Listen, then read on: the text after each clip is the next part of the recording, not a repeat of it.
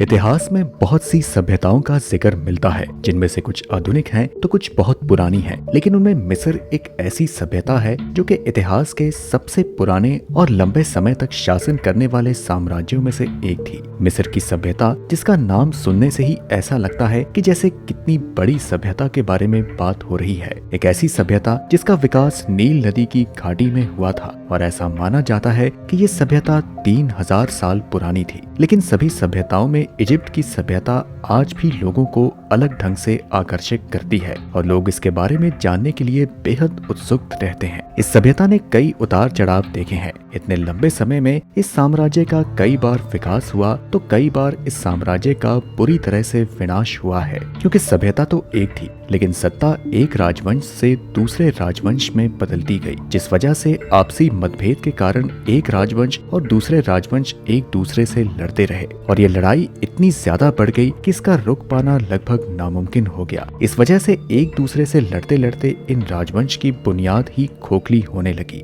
इसके साथ ही कई आस पड़ोस के साम्राज्यों ने भी इन पर कई हमले किए और ये महान सभ्यता इतिहास के पन्नों में कहीं गुम हो गई। तो आज की ये वीडियो मिस्र देश की उस उभरती हुई तस्वीर को बताएगी जो इतिहास के पन्नों में कहीं दफन हो चुकी है। तो इस वीडियो में आप जानेंगे कि आखिर कैसे इस इजिप्शियन सभ्यता का डाउनफॉल हुआ और कैसे मिस्र फिर कभी पहले जैसा नहीं रहा। तो चलिए शुरू करते हैं। प्राचीन मिस्र लगभग 30 सदियों तक भूमध्य सागर की सबसे बड़ी सभ्यता थी। साल 3100 बीसी में जब इसकी शुरुआत हुई, तब से लेकर 332 बीसी में सिकंदर महान द्वारा इसे जीतने तक पुराने एम्पायर के महान पिरामिड से लेकर नए एम्पायर की सैनिक विजय तक मिस्र का इतिहास और इसकी ग्लोरी लंबे समय से आर्कियोलॉजिस्ट और इतिहासकारों को अपनी तरफ आकर्षित किए हुए है। प्राचीन मिस्र के बारे में जानकारी इकट्ठा करने के लिए कई मॉन्यूमेंट्स, ऑब्जेक्ट्स और आर्टिफैक्ट्स प्राप्त हुए हैं जो कि आर्कियोलॉजिकल साइट से बरामद किए गए हैं और जिन्हें हाल ही में समझा गया है। और इससे जो तस्वीर उभरती है वो एक ऐसे कल्चर की है जिसकी कला की सुंदरता, उसके कल्चर की अचीवमेंट्स या उसके धार्मिक ट्रेडिशंस में कुछ सिमिलरिटीज हैं। मिस्र की सभ्यता एक ऐसी संस्कृति थी जैसे पहले कभी किसी ने देखा ही नहीं था। इसकी संस्कृति से दूसरी सभ्यता भी रश्क करते थे और कईयों ने तो उनकी संस्कृति देखकर उन्हीं चीजों को अपनी सभ्यता में लाना शुरू कर दिया। शायद आपको मालूम ना हो, लेकिन नेपोलियन के कारण ही मिस्र की सभ्यता की खोज हुई, क्योंकि नेपोलियन ने मिस्र पर हमला जो किया था। और ऐसा कहा जाता है कि काफी बड़ा शिलालेख साल 1798 में नील नदी के मुहाने पर मौजूद रोजीटा नाम की जगह से नेपोलियन बोनापार्ट को मिला था। ये शिलालेख तकरीबन 112 सेंटीमीटर लंबा था और इसकी चौड़ाई लगभग 70 सेंटीमीटर के आसपास थी। इस शिलालेख पर स्टडी करने के बाद साल 1818 में लोगों को मिस्र की सभ्यता के बारे में पता चला। इस सभ्यता के विकास और सुख समृद्धि का कारण नील नदी थी और इसीलिए आज भी लोग नील नदी को गंगा की तरह पवित्र मानते हैं। मिस्र के आदि मानव ने इसी नदी के किनारे अपने इंटेलिजेंस स्किल्स और जानवरों की मदद से अपने जीवन को बेहतर बनाया था और यहीं पर उन्होंने बैलों की मदद से खेती करना शुरू किया। इसलिए दुनिया भर की सभ्यताओं में सबसे पहले मिस्र की सभ्यता में ही गाय को पूजनीय मानकर उसकी मूर्ति पूजा शुरू हुई। उस समय के इजिप्शियन डेथ गॉड सेरापेस का आकार भी बैल की तरह था।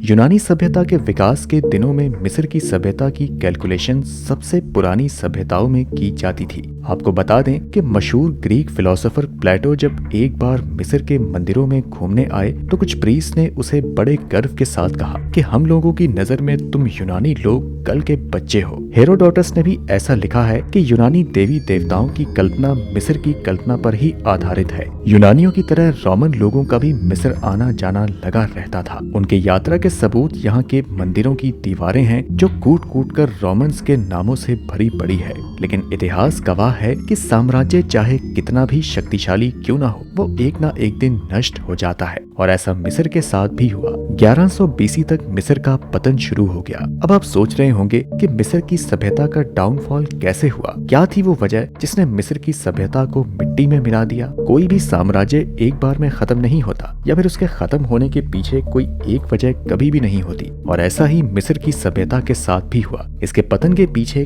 कई कारण थे, जैसे कि मिलिट्री पावर का लॉस होना, नेचुरल रिसोर्सेज की कमी होना और इसके अलावा हर साम्राज्य के पतन की तरह मिस्र के पतन में भी कई राजनीतिक उथल पुथल शामिल थे। यूं तो मिस्र के राजवंश का पहला शासक मेनीस था, लेकिन कई हजार सालों में सत्ता एक राजवंश से दूसरे राजवंश में बदलती गई और फिर मिस्र के खत्म होने की शुरुआत हुई। नील नदी पर यह साम्राज्य 1550 से 1070 बीसी में तुतमोस तीसरा और रैमसेस द्वितीय जैसे फिरौन के शासनकाल के दौरान टूटनखमुन की ताकत, रुतबा और दौलत बहुत ज्यादा बढ़ चुकी थी। जिस साम्राज्य ने आधुनिक मिस्र से लेकर नॉर्दर्न सिनाई पेनिनसुला और कनान की प्राचीन जमीन, जो कि आज के समय में इजराइल, वेस्ट बैंक और गाजा, जॉर्डन और सीरिया के दक्षिणी हिस्से में शामिल है, वहां तक फैले एक विशाल एरिया को कंट्रोल किया। लेकिन 1155 बीसी में रैमसेस तीसरे की हत्या से इस साम्राज्य का पतन शुरू हो गया। लेकिन मिस्र साम्राज्य के सदियों से चले आ रहे सूखे, इकोनॉमिक क्राइसिस और विदेशी आक्रमणकारी ने धीरे धीरे इनकी पावर को कम कर दिया और इन्हें घुटनों पर ला दिया। रैमसेस तीसरे की मृत्यु के बाद मिस्र पर रैमसेस नाम के नाकाबिल फिरौन के चैन का शासन था। इन रैमसेस फिरौन की चेन में एक भी ऐसा इंसान नहीं था जो कि पूरी तरह से मिस्र के साम्राज्य का पूरा कार्यभार उठा सके। इसके अलावा रैमसेस पांचवा और रैमसेस छठे के शासनकाल के दौरान मिस्र ने सिनाई पेनिनसुला में तांबे और फिरोजा खानों पर कंट्रोल खो दिया और 1140 बीसी तक सिनाई और कनान से पूरी तरह से हट गया। इसके बाद रैमसेस नौवे के तहत, जिन्होंने 12वीं सदी बीसी के अंत में शासन किया था, उस समय मिस्र का बहुत बुरा हाल था। उस दौरान चोरों ने सोने और खजाने के लिए बेशर्मी से गिरे हुए फिरौन की कब्रों पर धावा बोल दिया। ये एक चौंकाने वाला अपराध था, लेकिन रैमसेस नौवे का शासनकाल शाही कब्र डकैतियों के हमले की शुरुआत थी। एक समय में रैमसेस 11वें के शासनकाल के दौरान उन्हें कुछ शाही ममीज को सुरक्षित रखने के लिए दूसरी जगह ले जाना पड़ा। फिर कुश एम्पायर के सत्ता में आने के बाद कुशियंस ने मिस्र के कुछ हिस्से पर कब्जा कर लिया और इसे 2 एरियाज में डिवाइड कर दिया। इस चीज ने मिस्र को हमले का सेंसिटिव बना दिया, जो कि 671 बीसी में असीरियन, 525 बीसी में फारसी और 332 बीसी में यूनानियों से आए थे। हालांकि लगातार हमलों से बचने के लिए क्रिटिकल मैन पावर और रिसोर्सेज की जरूरत पड़ी थी। इन बचावों ने एम्पायर की इकोनॉमी को झंझोड़ कर रख दिया। मिस्र एम्पायर का आखिरी पतन 332 बीसी में अलेक्जेंडर महान के विजय के साथ हुआ, जिसने फेरोनिक एरा के अंत और हेलेनिस्टिक युग की शुरुआत को दिखाया। अलेक्जेंडर की मृत्यु के बाद टॉलमैक साम्राज्य ने अगले 3 शताब्दियों तक मिस्र पर शासन किया, जब तक कि 30 बीसी में क्लेओपेट्रा सातवें की मृत्यु नहीं हो गई और तब तक देश रोमन एम्पायर का एक प्रांत बन चुका था। मिस्र के एम्पायर के अंत में मौसम ने भी अपना बुरा रंग दिखाना शुरू किया और दिन ब दिन हालात खराब होते गए। इजिप्शियंस अपनी फसलें उगाने के लिए नील नदी की बाढ़ के पानी पर निर्भर थे, लेकिन मिस्र की जलवायु में लगभग 100 साल तक सूखा पड़ा और पानी मिलना बंद हो गया। पानी ना होने और सूखा पड़ने की वजह से लोग खेती नहीं कर पा रहे थे और इसी में ठंडे मौसम ने फसलों का बुरा हाल कर दिया, जिस वजह से फसलों के उपज में भारी कमी आने लगी। नील नदी की बाढ़ से फसलें भी नष्ट हो गई और इस वजह से लोग दाने दाने के मोहताज हो गए। बहुत कम खाना या लंबे समय तक खाना ना मिलने के कारण भूख और अकाल फैल गया। इकोनॉमिक और पॉलिटिकल अशांति के कारण भी मिस्र का एम्पायर कमजोर होने लगा और कुलीन जाति और बाकी आबादियों के बीच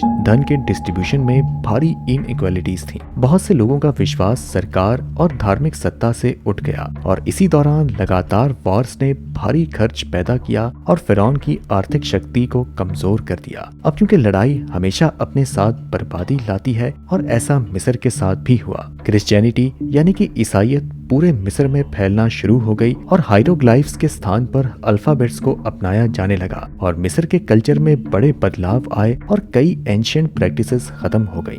दोस्तों, आज भी प्राचीन इजिप्शियन साम्राज्य प्राइड और ट्रेजेडी की कहानी है, जो कि लोगों के बीच चर्चा का विषय बनी रहती है, जो कि एक महाशक्तिशाली साम्राज्य था और जो अपनी प्रॉपर्टी, मिलिट्री स्किल्स और कल्चरल अचीवमेंट्स के लिए मशहूर है। यहाँ के पिरामिड, जो कि आज भी मिस्र के साम्राज्य की महानता के सबूत के रूप में खड़े हैं, वे दुनिया के सबसे आइकॉनिक स्ट्रक्चर्स में से एक है और प्राचीन इजिप्ट की सभ्यता की महानता को दिखाते हैं। अपनी महानता के बावजूद इस एम्पायर में political instability instability, economic problems और कमजोर लीडरशिप के कारण इसका पतन हुआ। इस पतन के बावजूद प्राचीन इजिप्शियन एम्पायर की हेरिटेज आज भी कायम है। इसका आर्ट, आर्किटेक्चर और कल्चरल अचीवमेंट्स दुनिया भर के लोगों को इंस्पायर करती है और इसकी कहानी मानव इतिहास में सबसे आकर्षक और स्थायी बनी हुई है। फिर चाहे गर्व की कहानी के रूप में देखा जाए या ट्रेजेडी के रूप में, प्राचीन इजिप्शियन साम्राज्य आज भी इतिहास के पन्नों में छिपा बस एक यादगार बना हुआ है। लेकिन अब भी लोग मिस्र की कहानी को जानने के लिए उतने ही उत्सुक हैं जितने कि वो पहले हुआ करते थे। दूर दूर से लोग इजिप्ट घूमने के लिए आते हैं ताकि वो पिरामिड में उसी मिस्र की सभ्यता को देख सके। तो दोस्तों, आज की इस वीडियो में इतना ही। हमें उम्मीद है कि इस वीडियो को देखने के बाद आप ये बखूबी जान चुके होंगे कि इजिप्शियन साम्राज्य का पतन क्यों और कैसे हुआ। आपके इसके प्रति क्या विचार हैं, हमें कमेंट में जरूर बताएं। हम फिर आपसे मिलते हैं अगली वीडियो में।